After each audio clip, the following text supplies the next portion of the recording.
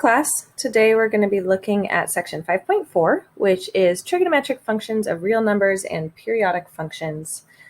So we're going to start with our definition of a unit circle. This should be reviewed for you at this point, but it's always nice to go over it again.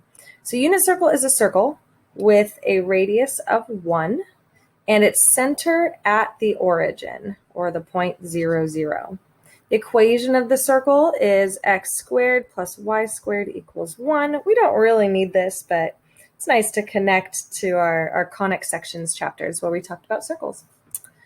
All right, we've seen these before, our definitions of our trig functions. Now remember, before, the sine of theta was y over r, the cosine of theta was x over r, and the tangent of theta was y over x from our previous lessons.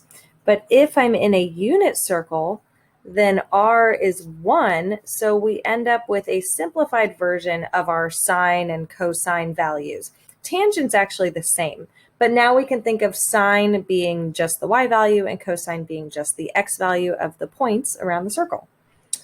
So note t there, which is the angle theta. In this case, we're using t in the box there.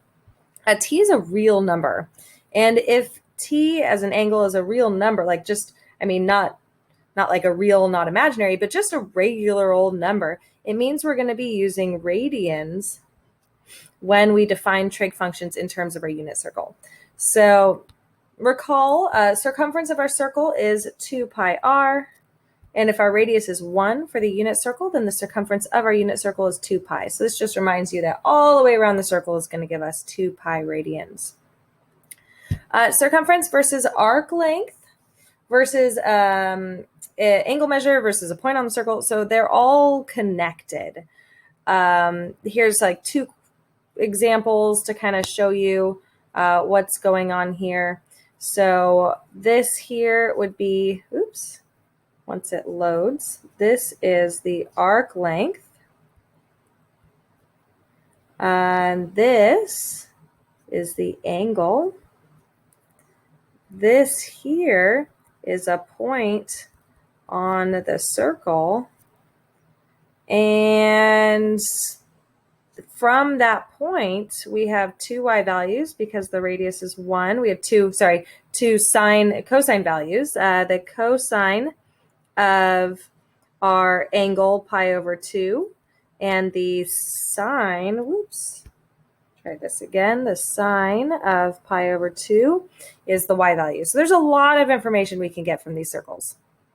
All right, so let's look at this example here. We have t as an angle. It's a real number equal to the length of the intercepted arc. That just means that t, our angle, is the same measurement as our intercepted arc. And our point is at -1/2 and root 3 over 2. Use the figure to find the values of the trig functions at t. So it didn't specify how many. We're going to do all 6 trig functions of our angle at t. So if my cosine of t is x and my sine of t is y, and the tangent of t is y divided by x, I can base all of the trig functions off of this point. So let's see, sine of t is going to be root 3 over 2. Cosine of t is -1/2. And tangent of t is y, which is root 3 over 2, divided by -1/2 x. And when we divide fractions, we keep the first one the same, and we flip that second one over and change it to multiplication. If you notice, the 2's actually cancel themselves out, so I end up with just -√3.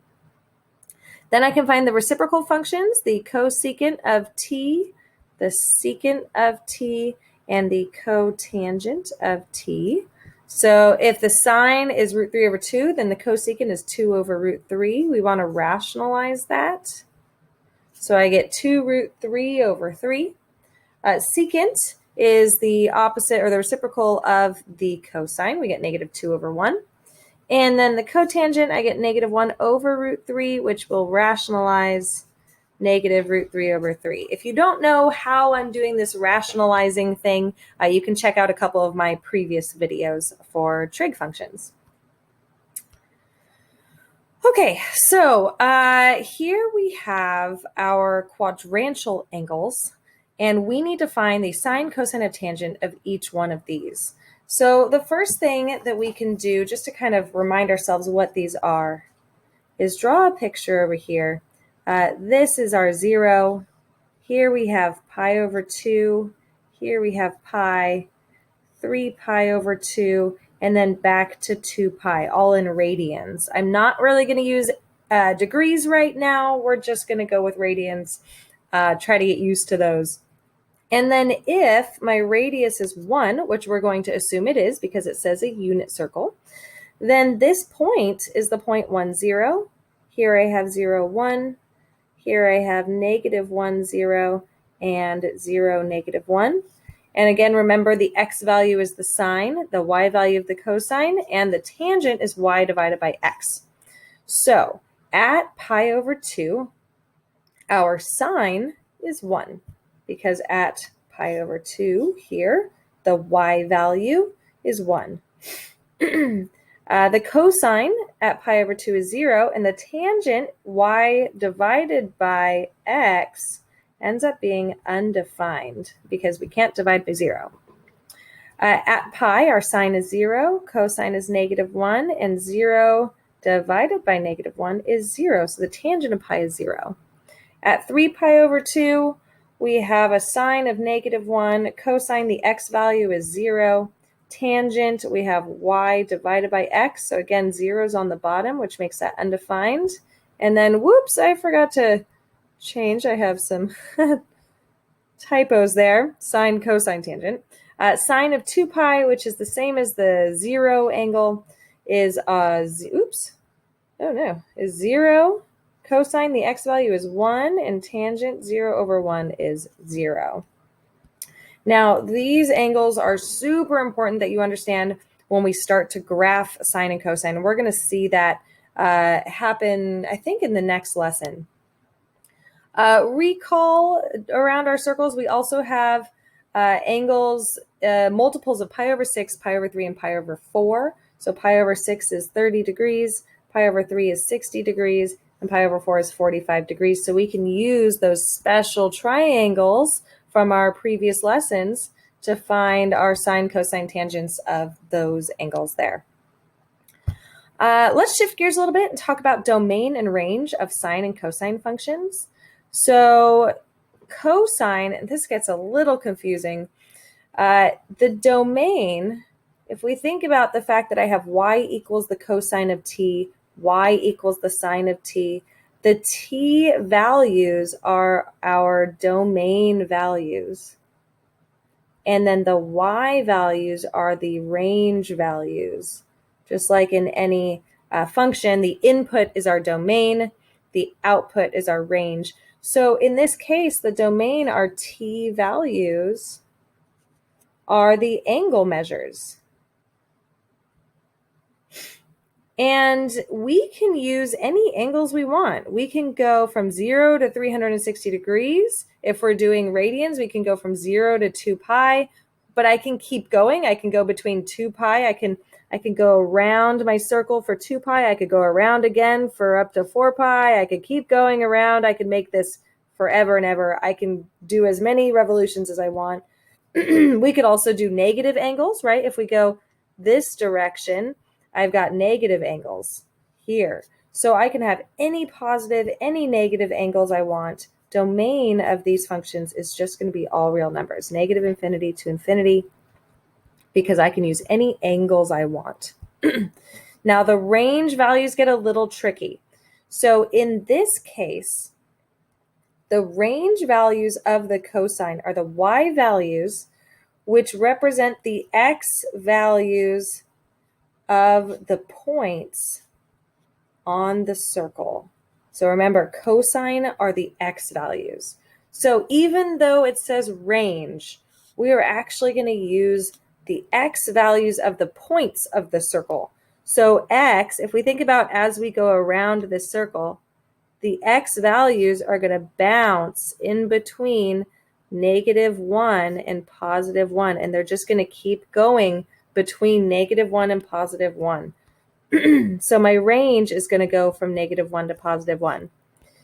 Now it's going to look really similar for the sine, but remember, these range values are the, oops, why is this not writing? There we go. Are the y values of points on the circle. So if we look at the y values, they're going to bounce between 1 and -1 still. As we go around the circle, all these points have y values between 1 and -1. So my range is between -1 and 1 for the sine as well. So the domain and range look the same, just finding them is just slightly different depending on if you're looking at x values or y values. For the points around your circle, the domain is always the angle measures. All right. So next we're going to look at even and odd functions. An even function is a function that's symmetric about the y-axis, and f of -t is the same as f of t. And an odd function is symmetric about the origin, and f of -t is the same as -f of t. Now the cosine function is an even function. The sine function is an odd function, and the tangent function is an odd function. And really all this means is if I were to graph the cosine function, and we're going to get way more into the graphing in a different section, so I'm not going to go too far in, but the cosine function ends up looking something like this. And if you see, that's symmetric to the y-axis. So this is the cosine of theta. The sine function starts at the origin and goes like this. These are horrible graphs, sorry, but this is the sine of theta. And so this one's symmetric to the origin. And tangent looks a little different than that. We're not really going to get into tangent much in this course. We're going to focus just on sine and cosine, but it's also an odd function. The reason this comes in handy is if you really understand odd functions, you'll understand this next example, even in odd functions. If the cosine is an even function, then the cosine of -45 degrees is the same as the cosine of +45 degrees. And that's just √2/2. If the even and odd functions things don't make very much sense, you actually don't need them. It's just sort of a shortcut. So the other way you can think about this is if I were to graph -45 degrees, it would be down here. This is -45 degrees. And then think back to our all students take calculus. You ask yourself, if I'm in that fourth quadrant, is the cosine going to be positive or negative? And it's going to be positive, so I get positive √2/2. So it's not very much different than what we did with our reference angles in the previous lesson. It's just another way to think about it. The tangent function is an odd function. If we use that relationship, then the tangent of -π/3 is going to equal the negative tangent of π/3. And that just gives me -√3. The tangent of π/3 is a square root of 3, so I know that that's going to be negative. Again, you can just graph it, and if you go -π/3, oops, oh, sorry. Okay, if you go -π/3, you're down here, -π/3. If I'm in that fourth quadrant, the tangent is negative. So you can base it off of that as well. All right, last page here, we're going to skip down to this example 4. And we're just going to practice finding the trig functions of these angles when we have more than one revolution around our circle. So 420 degrees, the first thing I want to do is take that and subtract one full revolution, which is 360 degrees. And that's going to give me an angle of 60 degrees. So really what I'm finding is the cosine of 60 degrees. If you look at your unit circle or your special right triangles, you'll find that that's positive 1/2. The sine of 9 pi over 4, so 9 pi over 4, if I subtract 2 pi, which is 1 whole revolution, and I get a common denominator, I have 9 pi over 4 minus 8 pi over 4, and that's going to give me 1 pi over 4. So I'm looking at the sine of pi over 4, which is root 2 over 2. Oh, and that is it for today. Don't worry too much about this stuff down here. It's a lot of information that you don't need to really worry about. And same with this. We'll get into this more when we start graphing in the next section.